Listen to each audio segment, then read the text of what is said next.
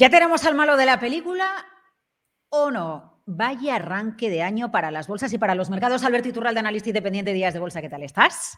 Muy buenos días, fenomenal. Feliz de estar con vosotros de nuevo. Estamos en una nueva emisión en el canal de Twitch de Capital Radio para hablar de bolsa, de mercados con Alberto Iturralde y con sus gráficos. Bienvenidos a toda la comunidad de Twitch. Incorporaos al chat, preguntad lo que queráis, que Alberto nos ayuda. Yo estoy en modo Iturralde hoy completamente, Alberto. Quería preguntarte por el entretenimiento, pero yo no sé si le debemos de dedicar algo de este Twitch a Rusia y a la geoestrategia, por lo que dicen el impacto que puede estar teniendo en materias primas y mercados en general. Y luego nos vamos a la caída del 20% de Netflix, a Microsoft comprando una empresa de videojuegos y a ese entretenimiento que todos usábamos tanto cuando estábamos en casa encerrados con la pandemia. Sí. Es que hoy es un día súper bursátil por todo lo que está ocurriendo, efectivamente, en la geopolítica y concretamente dentro de ese sector que nos sirve muchísimo, porque fíjate, vais a ver cómo lo que está sucediendo con Netflix tiene muchísimo que ver con cosas que hemos comentado, pero que quizás había que haber interpretado para el sector del entretenimiento tal y como le afectaba a ese sector del entretenimiento y no como lo hemos dicho en cuanto a las líneas aéreas, por ejemplo, porque son el ejemplo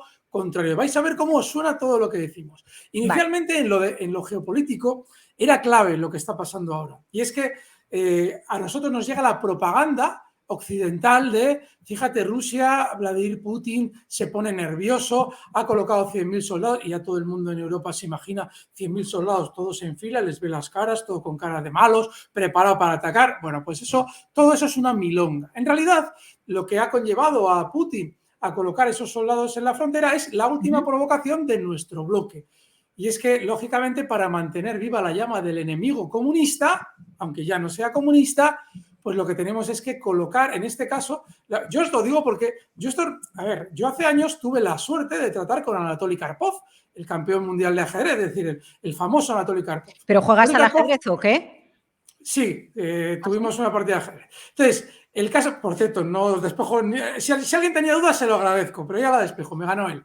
Entonces, yo recuerdo cuando hablando de ese tema, él explicaba que en realidad de lo que estaban cansados era de ver cómo continuamente veían que Estados Unidos colocaba misiles en sus fronteras, ya fuera en Turquía en los años 60 cuando se produce la crisis de los misiles en Cuba, Estados Unidos ya les había colocado misiles previamente en Turquía. Entonces, ¿ahora qué es lo que pasa? Que hace ya muchos años, cuando Ucrania se desgaja de la Unión Soviética, ya se llegó al acuerdo con la OTAN de que nunca Ucrania entraría en la OTAN porque Rusia no quería ver la posibilidad de que hubieran misiles, que lógicamente cuando se habla de escudos antimisiles, se está hablando de misiles que impiden por la cercanía que tú puedas enviar misiles al enemigo si él te ataca. Entonces, claro, pues ahora, ¿qué ocurre? Que Estados Unidos ha dado un paso más en esa posibilidad de incorporar a Ucrania en la OTAN y, de paso, colocar misiles en la frontera de Rusia.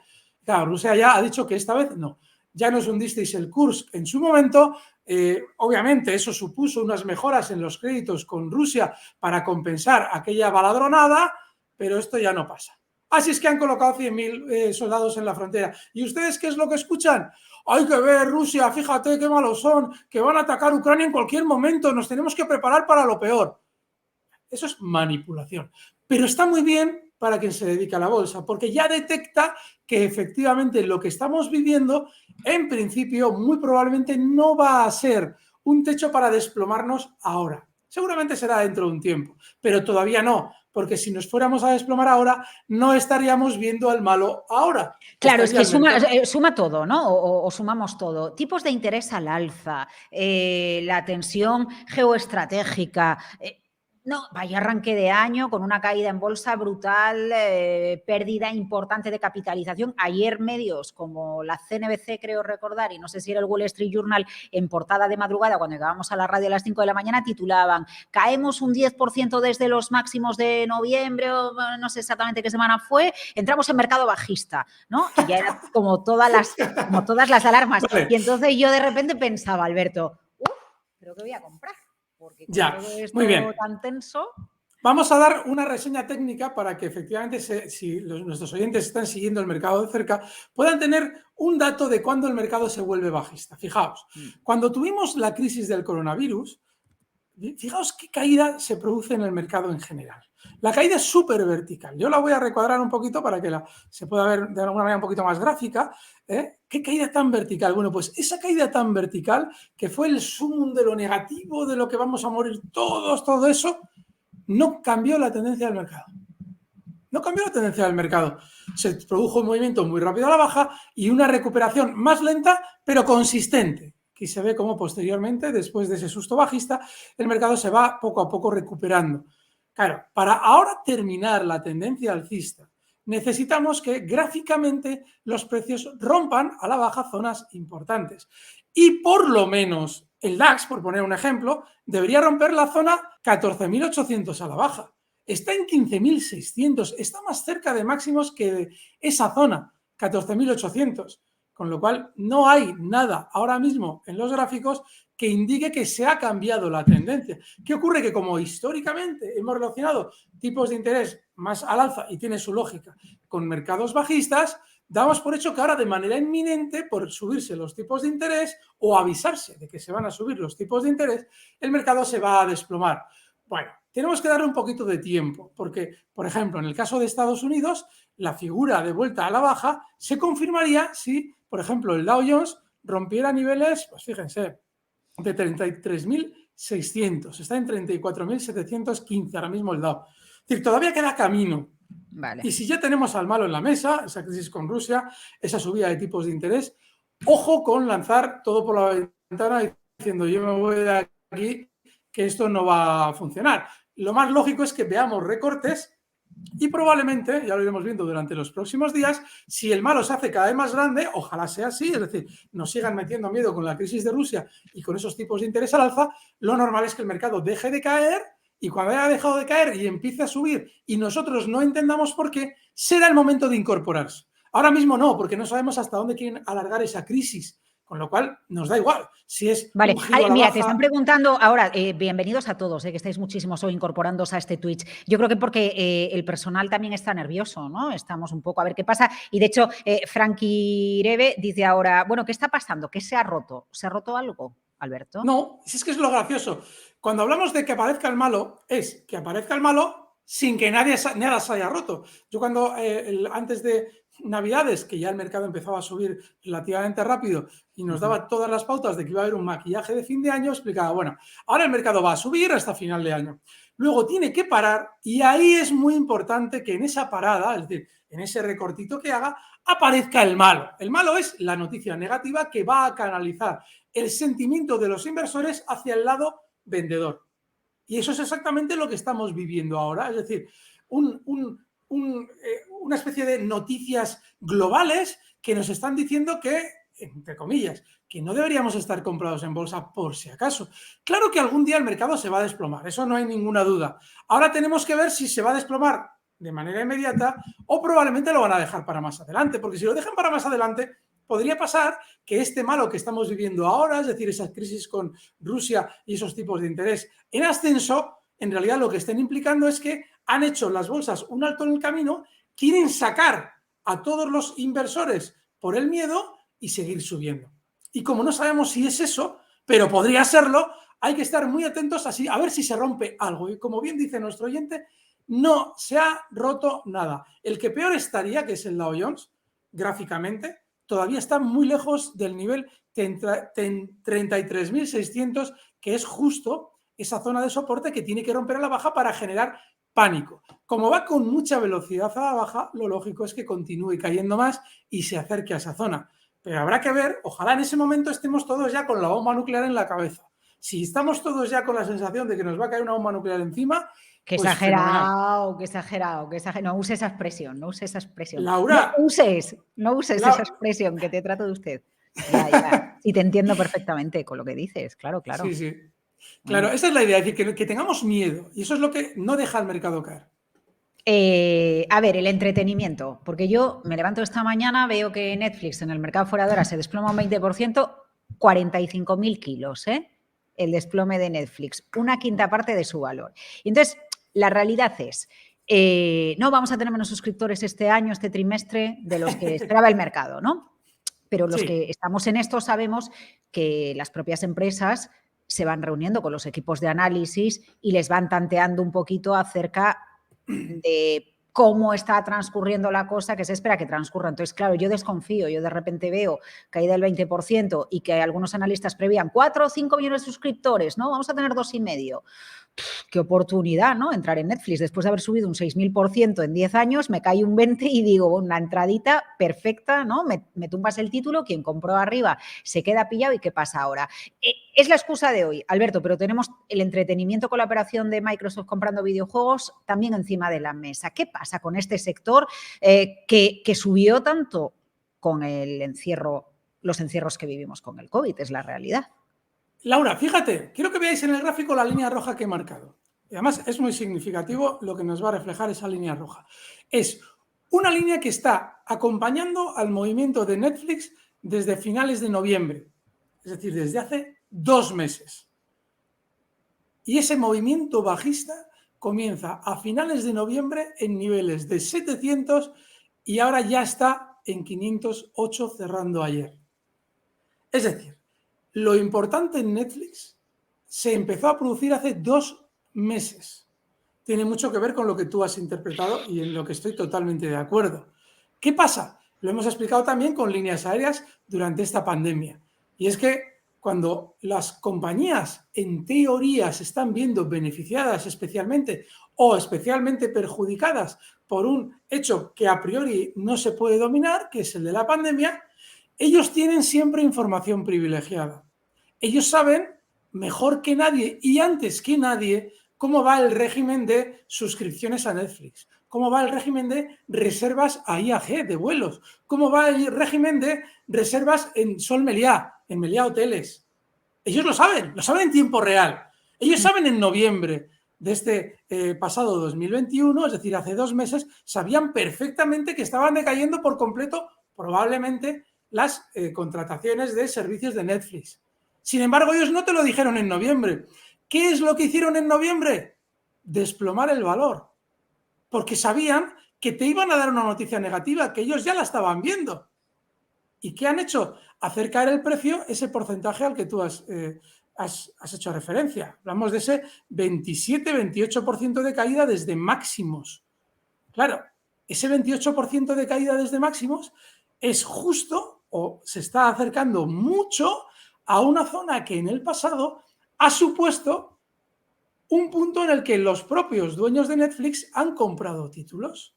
No sé si se ve, Laura, este gran movimiento lateral. Se ve, sí. Lo que estamos explicando, y además es que cuando elegiste el tema ayer me pareció una cosa maravillosa, porque es tan didáctico a la hora de explicar cómo funciona todo este entramado a la hora de manipular la voluntad y comprar donde tú venderías, que es lo que van a hacer ellos, comprar donde tú venderías, que han llegado efectivamente en la caída al nivel 500, en ese nivel 500 en el pasado han comprado grandes cantidades de títulos antes de la última subida y ahora quieren volver a comprar. Y como quieren volver a comprar, en lugar de decirte en noviembre, oye, que esto de las suscripciones a nuestro servicio está mal, han hecho caer el valor y ahora cuando ellos quieren comprar te dicen, buf, vende, porque esto está fatal. Si ya nadie quiere ver la tele, es más, han cambiado la tele por el balón de fútbol, vamos, ya se van a dejar hasta de vender teles. Nadie no, que solo, quiere. Alberto, que solo se habla de Urdangarín en este país. Si es que Hombre, los telediarios hablen con Urdangarín, o sea, quiero decirte que... Lo bueno que tienen estas noticias de Urdangarín y todas esas cosas es que desvían la atención. Total, claro. Pero bueno. Claro. Entonces, ¿qué pasa? Que para un especulador dice, que ahora ya me estás diciendo que Netflix que está fatal. Después de que has caído el 28%. Bueno, pues si queréis, lo vamos explicando cómo hay que hacer, porque aquí podéis, yo creo que ganar unos durillos. Fijaos, ¿ahora qué va a hacer Netflix? Durante unos días va a dejar el valor que vaya calando ese sentimiento, el de los datos que nos ha dado en las últimas horas, ese sentimiento en los inversores. ¿Eso en qué se traduce? En que los inversores dicen, joder, por algo caía esto, porque claro, es tan fatal de suscripciones. Y venden y Netflix va retomando esos títulos. ¿En qué se va a reflejar en el gráfico? En que el gráfico deja de caer. Ya veréis cómo durante unos días vais a ver, no sé si será justo hoy viernes o la semana que viene, el gráfico ya va dejando de caer. Eso lo que significa es que ha calado ya el sentimiento negativo que la compañía quiere insuflar con esos datos negativos y están recogiendo títulos. Y vosotros, en mi opinión, alguien que quiera aprovecharse de esta situación... Es que te están preguntando, si están preguntando ahora por aquí si es momento ya de comprar Netflix y hacer una operación ahí, claro. A ver, como estáis en Twitch, aquí os vamos a vigilar más de cerca. No, es muy importante uno observar a sí mismo la necesidad de participar. ¿Podemos comprar ya se puede comprar ya? No, vamos a explicar qué tiene que suceder durante las próximas semanas en los consultorios y seguramente también la semana que viene con Laura. Iremos repasando la figura de Netflix para ver si, ya veréis cómo se va, el día que se pueda comprar lo vamos a decir, pero es muy importante que vosotros aprendáis a hacerlo en casa, bricolaje en casa, fijaos, es decir, tenéis que ir viendo durante estos días cómo va frenando la caída hasta zonas de 485, que son los mínimos de ese gran movimiento lateral en el que recogió títulos el núcleo duro de Netflix, y una vez que se vea el giro al alza, es decir, que durante unas sesiones vemos que ya no solamente no cae, sino que empieza a rebotar, ahí se puede comprar, que nos va a dar tiempo a verlo, pero vosotros tenéis que observar el gráfico. No hagáis esa de que me lo diga Laura, me lo diga Iturralde, que ya se hace ya. No, mírate el gráfico, porque si tú consigues todo lo que estamos explicando ahora, traducirlo a tu día a día, es decir, joder, pues me han dicho esto, voy a ver si realmente es verdad. Voy a ver el gráfico. Te va a pasar que en la siguiente pirula que quieran hacer, no los de Netflix, sino cualquier otro, tú vas a saber cómo actuar. Fíjate, en IAG pasaba lo mismo, pero al revés, lo hemos explicado muchas veces. En vez de subir, han caído. ¿Por qué? Porque la pandemia afecta negativamente a los vuelos. Bueno, pues IAG, cada vez que ha tenido que subir, nos ha dado una noticia negativa para que nosotros no nos incorporemos. Igual que Netflix, si lo que quiere hacer ahora es subir. Y cada vez que ha subido, cada vez que ha rebotado durante la pandemia, nos ha dicho que todo estaba maravilloso de nuevo, que ya las reservas se habían recuperado, que nos venía un trimestre maravilloso. ¿Para qué? Para que nosotros compremos antes de ellos recortar. Bueno, pues Netflix ahora lo que está haciendo es recortar, como IAG nos da noticias negativas, y como en IAG, cuando hay noticias negativas, quien se la quiera jugar, yo IAG nunca lo recomiendo, ya sabéis por qué, en Netflix, que también es peligroso por ser un valor Nasdaq, pero, a los que os gusta este tipo de precios, que no tiene mala pinta si queréis hacerlo con poca parte del capital, tenéis una oportunidad fantástica. Además, es un tema muy bien traído. A ver, varias cositas. Te voy a meter ahí del tirón, aunque no pega ni con cola. Gamesa. Porque es que está el personal muy, muy activo en preguntas con Gamesa. Así que luego volvemos al entretenimiento, ¿vale? A Microsoft, a los videojuegos pues si no y a todo nada. lo que quieras, o al Además, sectorial, porque hoy ya lo había leído, lo que pasa es que sabes que somos selectivos en la memoria y nos olvidamos. Resulta que BlackRock lanzó un ETF cuando llegó el COVID que era de valores vinculados al entretenimiento o a la vida virtual en casa, ¿no? Zoom, sí. Empresas de fitness para hacer deporte en casa, Netflix, y claro, cae un 40% desde los máximos. Tú imagínate quien se hubiese puesto a operar con el ETF. Claro, una cosa es el COVID hace 2 años y cómo estábamos hace 2 años y lo que esperábamos, y a otra es ahora, ¿no? Que nos hemos acostumbrado ya a convivir con esta situación. Y además nos has dado el pie para algo muy bueno, que nunca he explicado en ningún medio y lo vamos a explicar justo ahora. Fijaos, cuando aparece un ETF, y esto es clave, un ETF, no un índice referenciado a, sino un ETF, normalmente se está publicando su aparición y se está haciendo cotizar en un momento en el que el mercado que ese ETF representa va a caer. ¿Y por qué? Porque el ETF no deja de ser un fondo cotizado que tiene que invertir en acciones. Luego, en el momento en el que aparece y se va llevando dinero de los inversores a ese ETF, es decir, van comprando ese ETF va comprando acciones del sector, se produce una colocación, una oportunidad de colocación de títulos por parte de los núcleos de esas empresas. Por eso, cuando en su día aparecen ETFs del Bitcoin, lo hacen en máximos. Si os fijáis, los ETFs del Bitcoin, los últimos que hemos visto hace unos meses, no ya los futuros, que también se producen en máximos, zonas de 70.000. Y a partir de ahí el Bitcoin recorta. ¿Por qué? Porque al ser un fondo cotizado que tiene que invertir en toda la tecnología relacionada con blockchain, necesita ventas para él entrar. Y en el momento en el que él entra y los importantes venden, no hay ninguna razón para que esos precios sigan arriba. Lo normal es que caigan. Luego, sucede lo mismo con lo que nos ha comentado Laura. Y cualquier otro sector que veáis que se pone de moda, llegará un momento en el que aparece una gran agencia, sea Goldman, quien sea, y nos dice, vamos a crear un ETF sobre algo que probablemente no había hasta entonces, porque si hablamos de energía, pues sí, se pueden crear 1000 ETFs, que siempre ha habido ETFs de energía, es un sector muy genérico, o bancos o tal, pero muchas veces aparece, como Laura nos ha explicado, sobre un sector muy concreto, que hasta ahora no parecía pintar mucho en nuestras vidas, pero por aquello de la pandemia es imprescindible, que es lo del entretenimiento. Ojo en el momento en el que comienza a rodar ese ETF, porque para poder cotizar tiene que comprar títulos y lo hace de manera masiva sobre ese sector. Eso supone ventas de los núcleos duros de esas empresas del sector y una vez que esos núcleos duros venden, se redondea el negocio si esos núcleos duros empujan a la baja sus valores, lo cual a Goldman le da lo mismo porque ellos van a ganar igual. Es decir, a ellos lo que les interesa son las comisiones de quien compra y vende el ETF, que sois vosotros. Es decir, el sistema financiero gana por todas partes y normalmente quienes pierden son los inversores que creen que el ETF va a funcionar bien o que creen que los valores de ese sector van a funcionar bien porque Goldman ha creado un ETF. De manera que observad esto, porque si aparece mañana un marciano, una nueva especie de marciano y creamos un ETF que haga cotizar a las empresas que estudian a los marcianos, pasará exactamente lo mismo. Es decir, tiene que ser un sector que hasta ahora no cotizara en ETF y tiene que ser un sector que haya sido boyante durante los últimos meses, como el ejemplo que Laura nos ha puesto.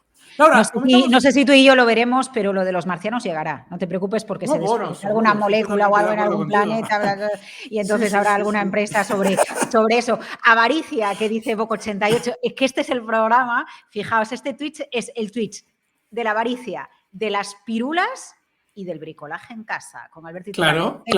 Es que a nosotros, la idea de Laura, y es muy buena, era que vosotros pudierais hacerlo luego en casa. Cuando tratamos un tema concreto, nuestra intención es que luego, cuando con lo que hemos explicado, os pongáis vuestra historia, vuestro gráfico, lo que queráis, y vayáis viendo si efectivamente lo que se ha ido comentando tiene sentido o no, para que de aquí a un futuro vosotros os podáis manejar solos. Ya nos inventaremos, Laura, y otro tema que todavía os aporte más a ese conocimiento. Pero es importante que lo sepáis hacer en casa. Tenemos aquí Gamesa. ¿Quieres que le demos un poquito a Gamesa, Laura?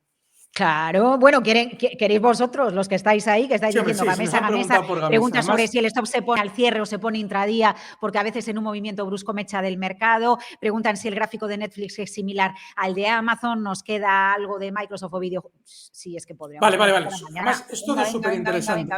Fijaos, lo del stop, yo siempre que planteo estrategias os comento que yo pongo el stop al cierre de día. ¿Por qué?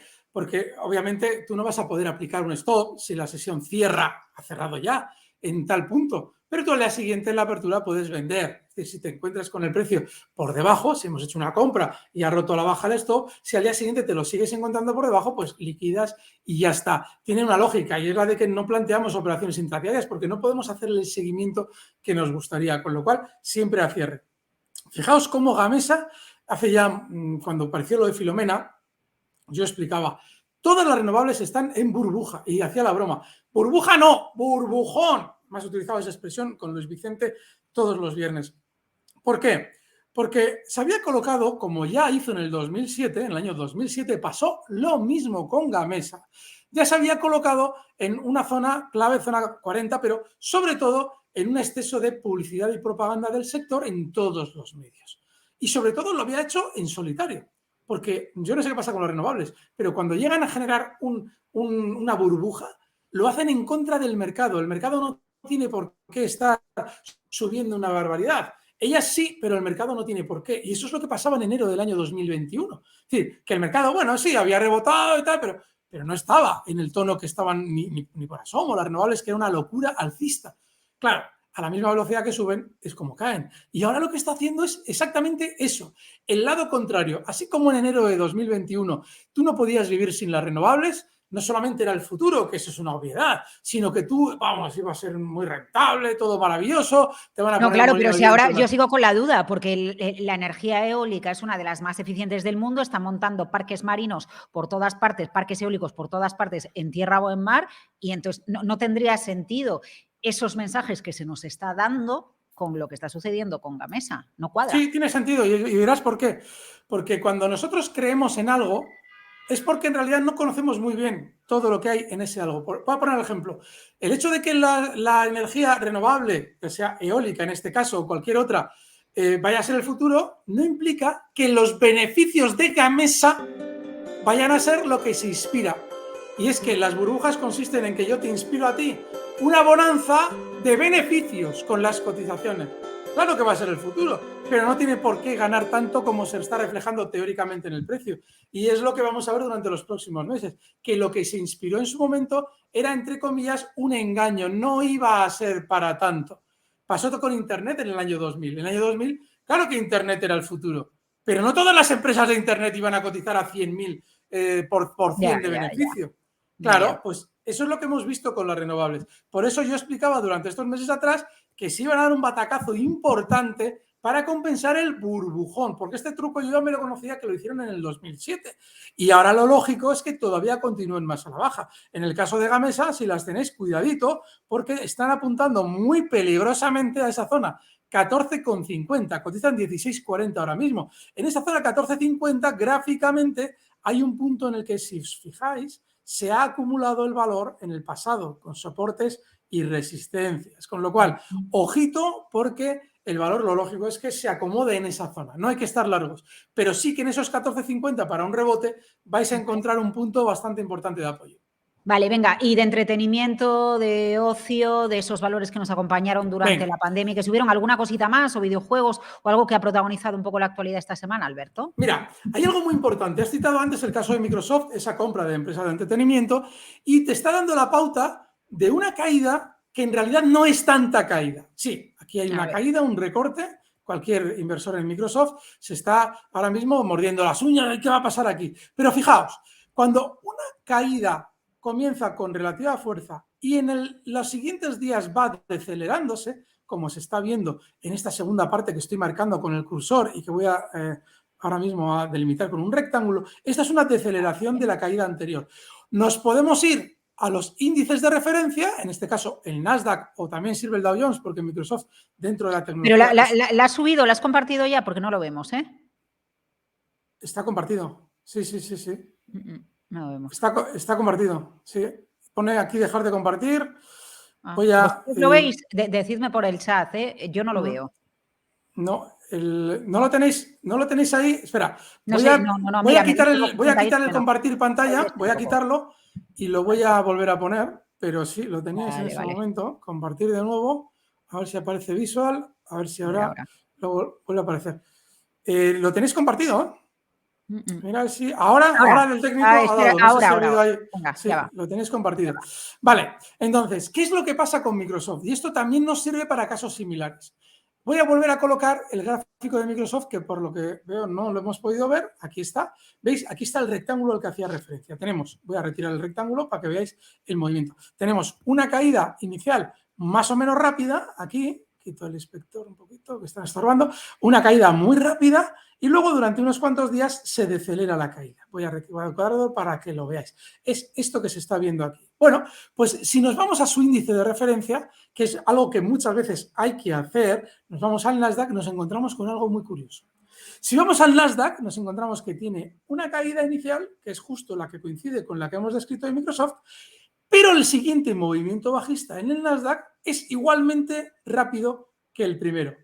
Es decir, que a diferencia de Microsoft, el Nasdaq no ha decelerado la caída. Luego, lo que se está queriendo decir es que Microsoft está mucho mejor que su índice de referencia. Si nos vamos también al Dow Jones, vemos lo mismo. Es decir, el Dow Jones tiene mucha más velocidad de la caída inmediata, mientras Microsoft está reteniendo la caída. Aquí tenéis Microsoft. ¿Veis cómo tiene una primera caída muy rápida y aquí esta siguiente caída es mucho más discreta? Bueno, pues lo que te está queriendo decir Microsoft es que muy probablemente, aunque durante más días pueda recortar algo más, lo lógico es que tienda a frenarse en su primer soporte importante, que es el que figura en el gráfico. Y ahí vaya formando un suelo para volver a rebotar. Y si miramos la tendencia global de Microsoft, que es muy alcista en el tiempo, no deja de ser este recorte que está haciendo ahora mismo, un recorte con bastante entidad, es decir, que los inversores de Microsoft no han vivido una caída así desde la crisis del coronavirus, es decir, genera miedito y es suficiente para sacar a la gente del mercado pero para que tú te puedas incorporar, si quieres, en ese Vale. soporte con un stop muy cercano. El stop para Microsoft tendríamos que comprar o entrar compradores en 255 y el stop para Microsoft tiene que estar en 250. Y estaríamos buscando un rebote hasta zonas de 280, que es el punto desde el que ha comenzado el último movimiento de caída, ese que hemos descrito más discreto. ¿Vale? Es decir, Claro, yo estaba pensando, Alberto, que Microsoft es uno de los grandes títulos que pesa mucho en el comportamiento de un índice. Si los grandes no entran en una tendencia bajista, es un recorte importante, pero de momento no cambian la tendencia de largo plazo, podemos entender que los índices tampoco. O sea, es decir, al final los grandes valores del mercado son los que determinan el comportamiento del mercado, ¿no? También nos podemos ir a la profundidad de mercado, otros factores que se tienen en cuenta. ¿O no? ¿Esto lo no, consideramos? es que es muy importante. Yo muchas veces cuando tengo dudas de qué van a hacer los índices, me voy a determinados valores. Porque digo, bueno, como no me están dando ninguna pauta a los índices, a ver si encuentro alguna referencia en valores importantes, porque si claramente veo que un valor importante no está dando señales de darse el batacazo, probablemente los índices tampoco se lo van a dar. Entonces, Vale. esa referencia de Microsoft nos puede servir. Y hay algo que es clave. Cuando miramos índices, por ejemplo, como el Nasdaq, alguien podría ahora mismo decir, no, pero fíjate lo que está cayendo el Nasdaq. No, pero es que fijaos lo importante que es las referencias que os solemos dar siempre cuando estamos hablando de cuestiones como el Nasdaq, que a precio de cierre ha subido mucho o ha bajado mucho. Siempre explicamos. El Nasdaq es un índice muy volátil. Por eso cuando hablamos de valores con filosofía Nasdaq, que en España hay valores con filosofía Nasdaq, Gamesa es uno de ellos, por poner un ejemplo cercano. Decimos, ojo, porque aquí los movimientos son excesivos. O suben una barbaridad o bajan una barbaridad. Con lo cual, no podéis dar especial importancia al hecho de que ahora esté recortando más el Nasdaq porque es filosofía de la casa. Es lo que suele hacer normalmente. Con lo cual, no os preocupéis demasiado de lo que está pasando en índices como el Nasdaq, pero sí podemos hacer lo que nos ha dicho Laura. Decir, oye, pues mira, un valor grande, como cotiza, como pondera mucho en un índice, nos puede servir quizás como referencia para tener una idea de qué puede hacer el mercado. Pues sí, nos sirve Microsoft efectivamente para decir, oye, si uno grande del Nasdaq por ahora no está dando indicios claros de desplomarse, ya veremos mañana si esto cambia, si quiere acelerar la caída, quizás sí, pero mientras no lo haga, probablemente el Nasdaq, en su gran susto que está dando ahora mismo, tenderá a frenar en zonas de soporte. Y en el caso del Nasdaq, esa zona de soporte lo tiene a la vuelta de la esquina. Estaríamos hablando de que ayer cerraba en 14.840 y la zona 14.700 ya empieza a ser una zona en la que probablemente el Nasdaq decelere la caída y tienda a rebotar. Contigo el tiempo vuela. Es que llevamos ya más de media hora. Alberto, ¿tenías algo más preparado para hoy o nos vamos al viernes que viene, a la próxima No, clase preparado no, de pero Twitch? estoy Vale. feliz porque es que este ratito que estamos con nuestros amigos de Twitch nos da un juego terrible. Fijaos, a mí la radio me encanta y la tele me encanta, pero ¿qué pasa con la tele y la radio? Que todo va muy medido y es normal porque hay que meter publicidad, hay que hacer tal, hacer cual. Este ratito que tenemos todos los viernes es un reducto de libertad a la hora de hablar de bolsa. Así es que cada vez Me estoy más a encanta gusto que digas contigo. la palabra libertad. Oye, de todas formas, una cosa, que yo me he quedado con lo del bricolaje. Cuando yo voy a hacer bricolaje, digo, mira qué fácil, le pone con un lápiz la señal ahí en la madera, otra aquí, la sierra, los tornillos y el mueble queda montado. Y luego lo intentas hacer tú en casa y es un puto desastre. Voy a Bueno, quitar pero esta parte. eso es práctica, Ya, pero claro. wow, Nada, en la bolsa pasa igual, ¿eh? O sea, nada. además es verdad una cosa, Alberto, el ejercicio ese de decir, joder, cuando ya tengo el gráfico de lo que pasó, ¿no? Pero un día tenemos que poner un folio, ¿no? Claro. Hacer el gráfico. Venga, vamos a poner el folio y cuál es el escenario posible. Eso también nos podría ayudar a entender si estamos o a saber si estamos entendiendo las señales, Claro, los mensajes o las herramientas que nos deja el mercado. claro, es que fijaos, por eso nos gusta este ratito, porque si vosotros veis un sector o una circunstancia que se puede interpretar de esta manera, nos lo traéis y lo miramos. Antes hemos explicado, esto es lo que tal y como ha sucedido todo, porque yo no podía adivinar que Netflix fuera a hacer un máximo en noviembre, yo no podía saber. Tampoco tenemos que intentar saberlo. Lo que tenemos es que una vez que se está produciendo una circunstancia en el mercado, ver si eso nos proporciona una oportunidad. Y si hemos visto que una vez que Netflix nos da noticias negativas, vamos al gráfico y vemos que desde noviembre ya venía cayendo, ahí ya podemos coger el folio y hacer toda la composición del lugar. Ah, claro, que no me dijiste nada hace 2 meses malo de ti mismo. Me lo estás diciendo ahora cuando ya has caído el 28%. Espera, que voy a dibujar. y nos encontramos con ese soporte. Luego ya en nuestro folio en blanco podemos ya apuntar o poner que lo más normal es que ahora que los inversores venden se vaya frenando la caída en ese punto, en este caso los 485, para el valor empezar a rebotar y nosotros tener una oportunidad de compra, una oportunidad de entrar en el lado alcista. Así es que eso es muy importante, hacedlo en casa y sobre todo ir buscando oportunidades y situaciones peculiares que os den a vosotros la pauta de qué puede pasar, porque adivinar no vamos a adivinar, pero sí podemos saber reaccionar en función de lo que está pasando en el mercado. Churi Urdin no sé qué es, pero te dicen por aquí que es la pera, Hombre, lo único que no, que no Churiordín tienes. es rojo, es de la Real Sociedad, porque sería blanquiazul o algo así. Bueno, es blanquiazul. Como lo que para mí es uno del Depor, un turco, ¿no? Uf. Eso es. Yo que soy del Atleti me van a matar, sí. Que no, aquí todos, da igual del equipo que seamos. Preguntan por oro, por semiconductores muy vinculados al entretenimiento, al ocio. Si quieres, la próxima semana le metemos un repasito sí, porque todo esto. el oro está haciendo algo chulo. Es que el oro está haciendo algo que explicábamos tú y yo hace unos cuantos tweets, que tenéis que venir a todos. Y eso lo vamos a explicar la semana que viene, porque es muy importante. Tiene que ver con Bitcoin, tiene que ver con la subida de tipos de interés, es muy importante. Así es que, si quieres, Laura, la semana que viene os emplazamos a todos para que entremos un poquito en el oro y más circunstancias que nos vayan ocurriendo. Qué bien lo haces, ¿eh? Pirulas, pirulas, avaricia y bricolaje en casa. Con Eso Albert es. Iturralde en el Twitch de Capital Radio. ¡Hala! Cuidaros todos, que paséis un buen fin de semana y a seguir operando. Nos vemos. Fuerte abrazo. Chao.